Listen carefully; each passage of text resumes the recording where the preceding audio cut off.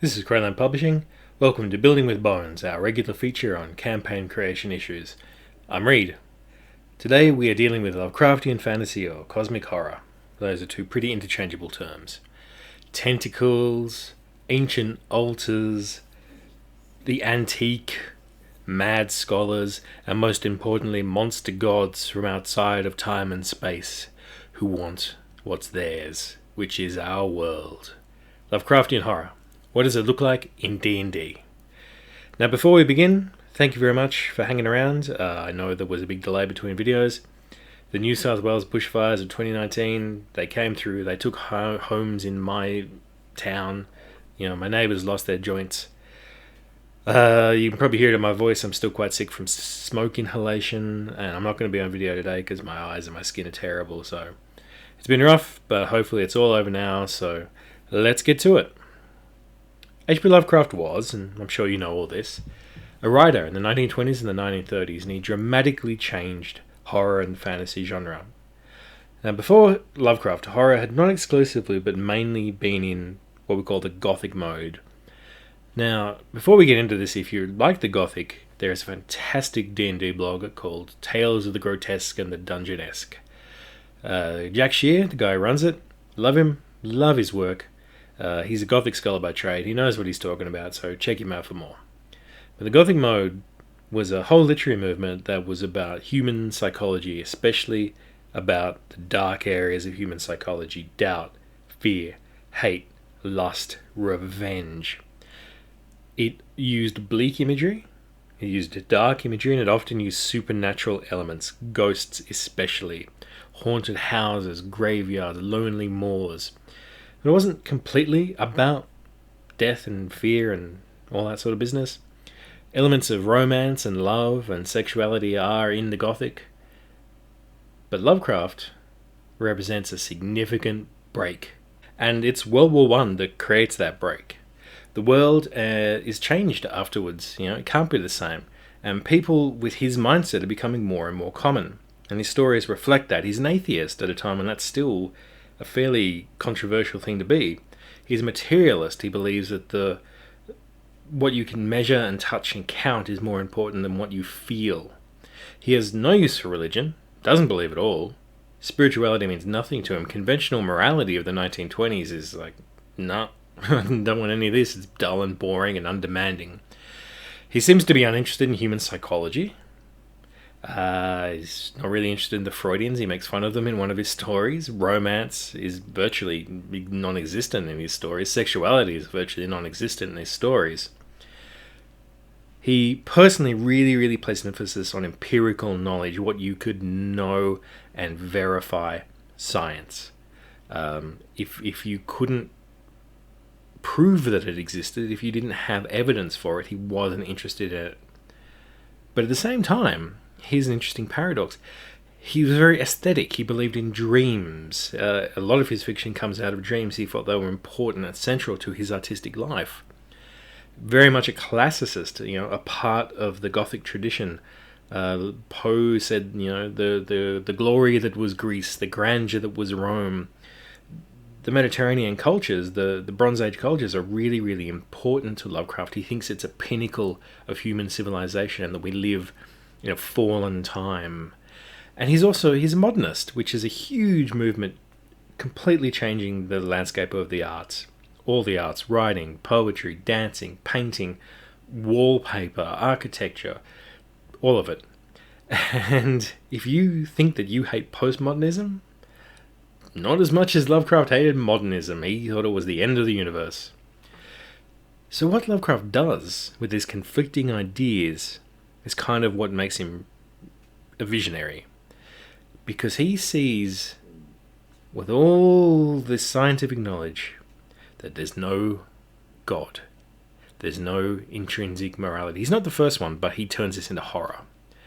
The increasing power of science strips the universe of meaning, of value, of purpose. Humans are in the universe and we're the only thing, and nothing matters, and we are in a dark void. But what Lovecraft does is that he populates it, and we're insignificant, He populates it with what's important. And this is the Cthulhu Mythos. This is the monsters. So Lovecraft sees this universal void, this empty, meaningless, godless universe, and he fills it up with entities we can only describe as gods. Now, there's some discussion about whether or not there's a taxonomy. Is a great old one the same as an outer god? It's not important.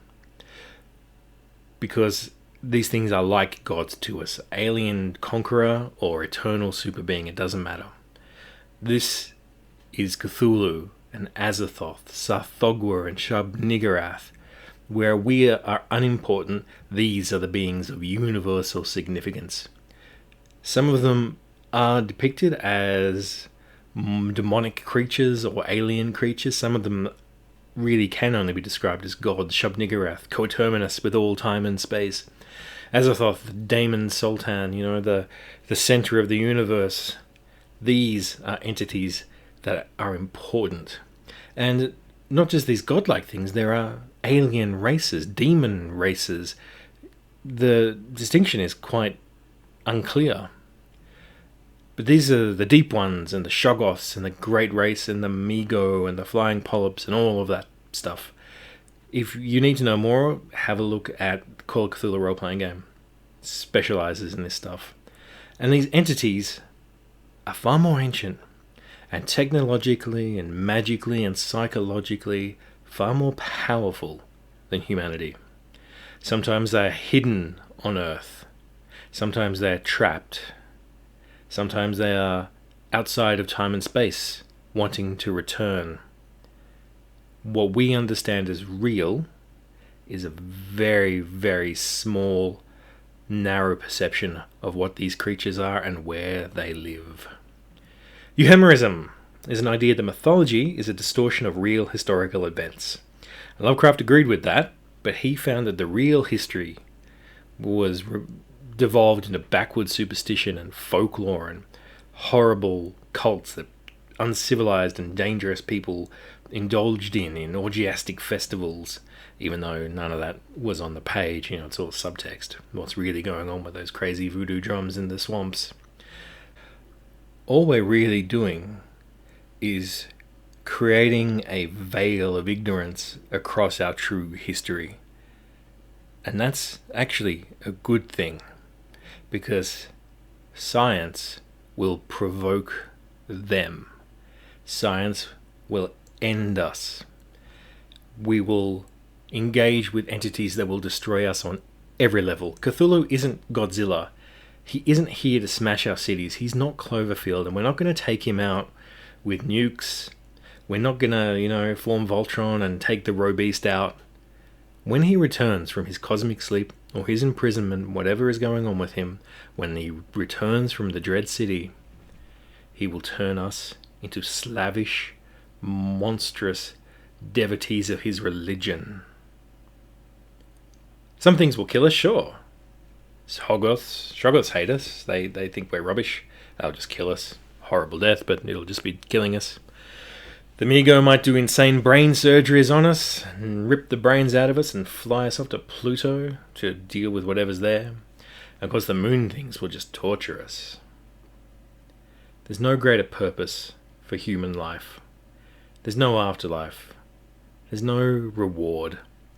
If we want to avoid the fates, if we want to not fall into the hands of these horrific creatures that will more than destroy us, we need to be ignorant, dreamless. We need to die quietly, unsaved. And so the basis of cosmic horror, of Lovecraftian horror, the moral, is to learn nothing, do nothing, provoke nothing. Wisdom is danger. Knowledge is foolishness. When we learn about these entities and the fate that our species is going to experience, you are driven mad with fear and futility.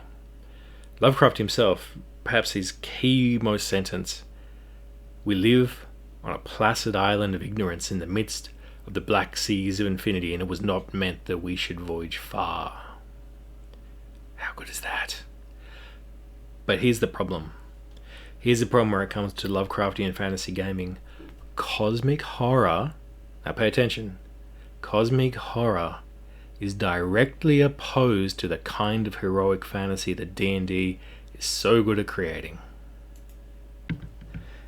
In many ways, D&D is a fantasy of being able to face what we normally can't face. It's the old quote from G.K. Chesterton: fairy tales do not tell children that dragons exist. Children already know that dragons exist. Fairy tales tell children that dragons can be killed. D&D teaches us that darkness and horror and evil can be fought. The point of D&D is to be strong and wise, to have knowledge that we don't normally have, to have strength of arms and skills, to slay monsters, to tap the secrets of the universe. And that is the opposite of Lovecraftian horror. Let's examine some of the key aspects of D&D and heroic fantasy. The gods are there. They're an important part of D&D. They do create mortal life. They do create the world. You can go and meet the gods. You can play cards with them. You can go to the pub with them. You could shove them. You could ask your gran if she got into heaven by casting a spell. You in heaven, gran? Yes, dear. Well, that's good. There's the eternal mystery of the afterlife solved.